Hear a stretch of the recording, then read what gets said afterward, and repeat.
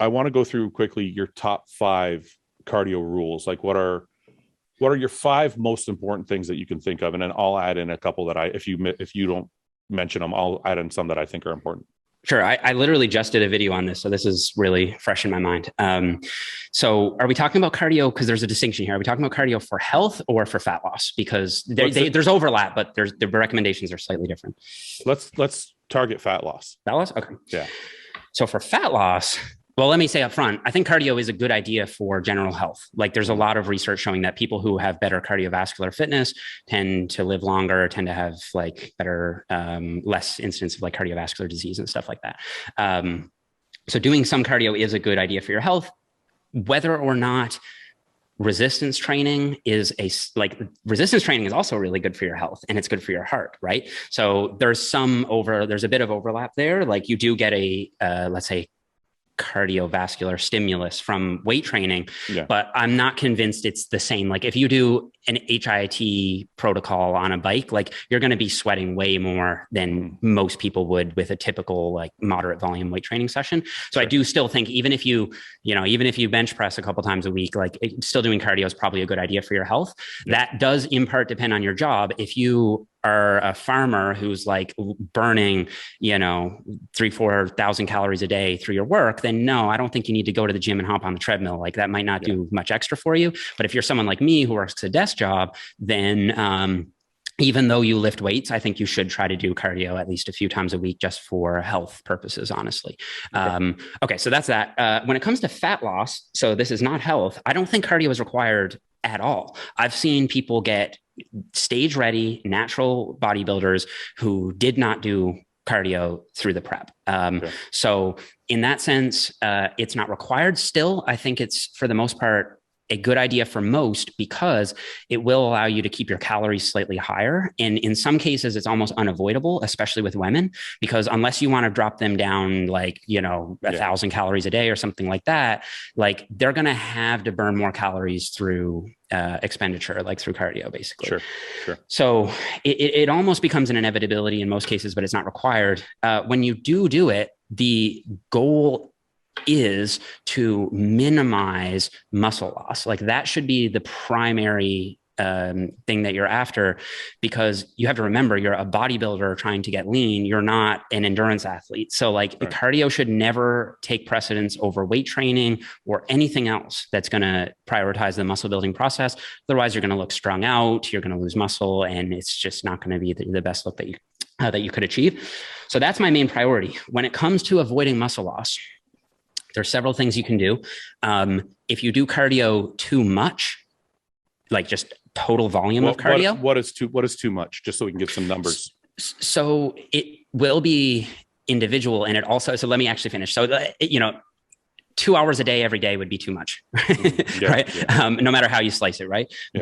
But it also depends on the intensity. So like if you're doing low intensity, then you can do it more. Sure. Right. If you're doing high intensity, you can't get away with as much. And so that's why I actually do tend to prefer low to moderate intensity cardio because it does tend to interfere less with weight training, which is the most important thing. So there's volume, there's intensity, and then there's mode, which is basically what type of cardio you do. And so for mode, you want to try to prioritize the lower impact stuff. So like not running outside on pavement or whatever, like walking, I think is good. Incline treadmill, Stairmaster is pretty good, but some people do find their like knees and lower back from that. So might want to be more careful. Bike is generally very good. Elliptical, I'm a big fan of. If you can like swim or something like that, that's probably the best, but not many people can go to the pool all the time. So, I think that would be like my kind of general rules. And then from there, it would just be a matter of fine tuning it to the person. So like, this ultimately becomes a balancing act with where their calories are, right? So like if they're someone who can maintain on quite high calories and they're training very hard with weights, then like I might only give them like 1 or 2 cardio sessions a week, something like that, like list for 20 minutes just for health and just to keep the calories a little bit higher. Like I said, if it's like a female who is already on fairly low calories, I might go up to, I've gone as high as 5 days a week, 45 minutes to an hour a day, towards like, the end of a prep or something like that. And in some cases you might need to go higher. Like people hate hearing these numbers because they're like, oh, that's so much. And it's like, well, they are the ones who chose, like, they're the ones who chose to get on stage, and there's informed consent. Like I'm telling them that this is what it's going to take if you want to keep pushing it further. And so there's a give and a take there. You know what I mean? So anyway, those are my general thoughts. So I do about 45 minutes to an hour. Well, usually 40 to 50 minutes, 6 days a week. Nice. And this is just off season, like walking on a treadmill. Are you of the mind that more cardio and more food is better for physique ultimately than it is for less cardio, less food? Because there's 2 types of people that diet, right? There's the kind that are like, well, I don't really want to do cardio, so I'm going to eat 1,800 calories a day and get shredded. And then there's the other kind that are like, well, I want to eat 2,800 calories a day and I'm going to do cardio twice a day. I'm generally a fan of having more food. I feel like the higher you can keep the calories, the better. You tend to see like less metabolic adaptation from that. So in that scenario, I would probably go higher on the cardio, but there'll just be a point where you just have to slash calories because I don't want them, again, interfering with their weight training. So it becomes this balancing act of like, you don't want calories too low. You don't want weight training performance to be inhibited too much, but like at a certain point, something's got to give, right? Okay, and so at that point, I would probably do more cardio, to be honest. Yeah. Okay. So that's kind of that's one of my rules is I feel like more cardio, more calories is always a better option, as long as it's obviously there's a limit to more cardio, but. And you would be on the high end, but interestingly, like where you're in your off season, that's actually interesting to me because you're not at a risk of muscle loss because presumably you're at least at maintenance or in a caloric surplus. So like you can do more cardio, and if it's low intensity, I'm assuming it's fairly low intensity, right? You're not doing like HIIT. No, I'm just walking on the treadmill. Right. So in that case, like that's probably not going to mess up your weight training performance. Right. So, it makes perfect sense to do that. And if anything, it's probably a good idea. And I've been doing more cardio now too, like in my off season, because it's really good for work capacity. Like if you get under like a squat and you do a set of 8 or 3 sets of 8, and your cardio is bad, you're going to just be so fatigued. You can't finish the rest of your workout. Whereas if your cardio is good, you'll be able to get that work done a lot more efficiently. Yeah. So I think that's perfectly, that's perfectly fine. And it's totally individual. Some people like doing cardio. Like some people are like, bring it on. I'd rather have more food. And then it's like, okay, well, that's perfectly acceptable, So another question, cardio, and I already kind of have, I say this a lot, so I just want to get these answers out there to people. Cardio before or after training? This one I have a decently strong opinion on. Well, so do I. So let's say they're at the same time. You can only go to the gym once a day. I do say after. Yes. Okay, good. Yeah. Okay. Yeah. No, well, come on. I almost didn't get that second invite. No, because I've seen people do cardio before and they think it burns more fat, or I can't remember the different reasons why they do it. And I'm like, you're totally hindering your training. It makes absolutely no sense. Do the training first so you can get the best out of your training session. Okay. Now your cardio split off from your training. Does it matter if I do it fasted, or does it matter if I do it after my first meal? Does it matter if I do it late at night in my training in the morning? Does any of that matter? Good question.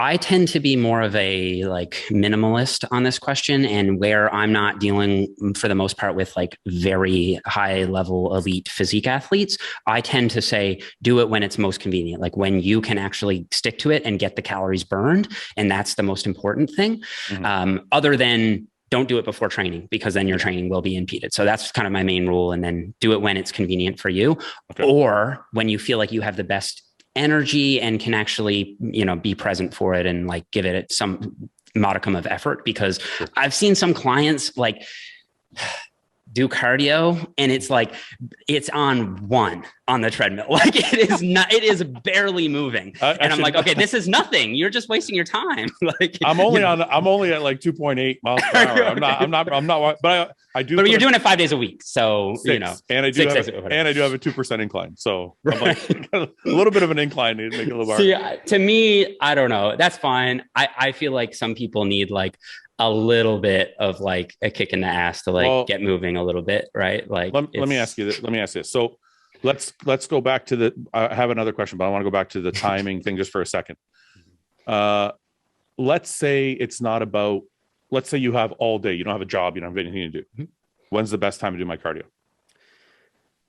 I still think it's whenever is most convenient for you, to be honest. I'm open to fasted cardio having slight potential benefits for fat loss in a advanced competitive population. There was actually a brand new study that just came out on this. And it's like the first time I've seen it in the science where it's like they actually do put forward what I would call a hypothesis that like there is no research on competitive physique athletes and fasted cardio. That's a fact. There's nothing. So like everything that I could say or anyone could say about fasted cardio not being effective for extra fat loss is talking about a general population of trained people, not elite level competitors. And so I do know some good, like shout out to Chris Barakat. He was an author on that paper and he's a very effective natural bodybuilding coach.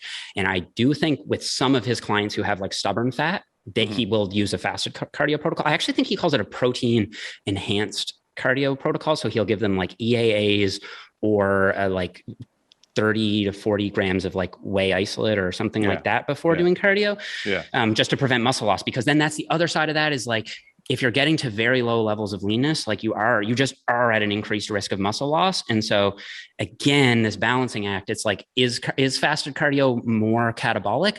I actually don't. I think as long as total daily protein intake is sufficient, I actually don't think it is, to be honest with you. But I'm not convinced personally that the benefit is enough for me to like recommend it broadly as like you should do fasted cardio, because a lot of people are like, oh, fasted cardio, that's the key. And it's like, no, if it has a benefit, it would be at the later stages of fat loss for people who are looking to lose stubborn fat. And in that case, it might, but I don't know.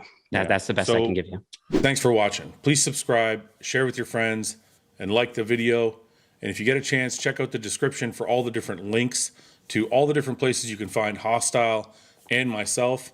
And lastly, check out hostile.com for our new line of supplements and all of our apparel and gear. Thanks again for watching.